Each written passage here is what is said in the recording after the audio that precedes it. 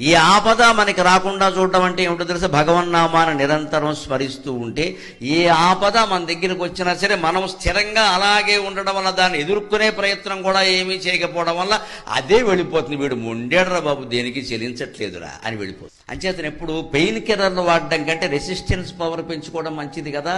ఆపద వచ్చినప్పుడు దైవ ప్రార్థన చేయడం కంటే నిరంతర స్మరణ చేయడం ఎప్పుడూ మంచిది. ఆపద వచ్చినప్పుడు చేసే ప్రార్థన పెయిన్ కిల్లర్ లాంటి, నిరంతరం చేసే స్మరణ నిరోధక శక్తి లాంటిది. ఏది కావాలో మీరే ఆలోచించు. నిరంతరం సుఖంగా ఉన్నా సరే, దుఃఖం ఉన్నా సరే, ఏమీ లేకపోయినా సరే, మామూలుగా కూర్చున్నా సరే, అనవసర పనులు మానేసి, అనవసర మాటలు మానేసి, అనవసరపు ఆలోచనలు మానేసి భగవద్ధ్యానం చేస్తే జీవితం అంతా బాగుంటుంది. పైగా భౌతికమైన కోరికలు కూడా అన్నీ తీరుతాయి, ఇబ్బంది ఏం లేదు, అన్నీ తీరుతాయి. దానివల్ల వచ్చే ప్రమాదం లేకుండా దేవుడు చూస్తాడు. వడపోసినటువంటి నీళ్ళు పాలో మజ్జిగో ఇచ్చినట్టుగా దేవుడు వడపోసిస్తాడు నీకు ప్రమాదం లేకుండా. అది నతాదిగా.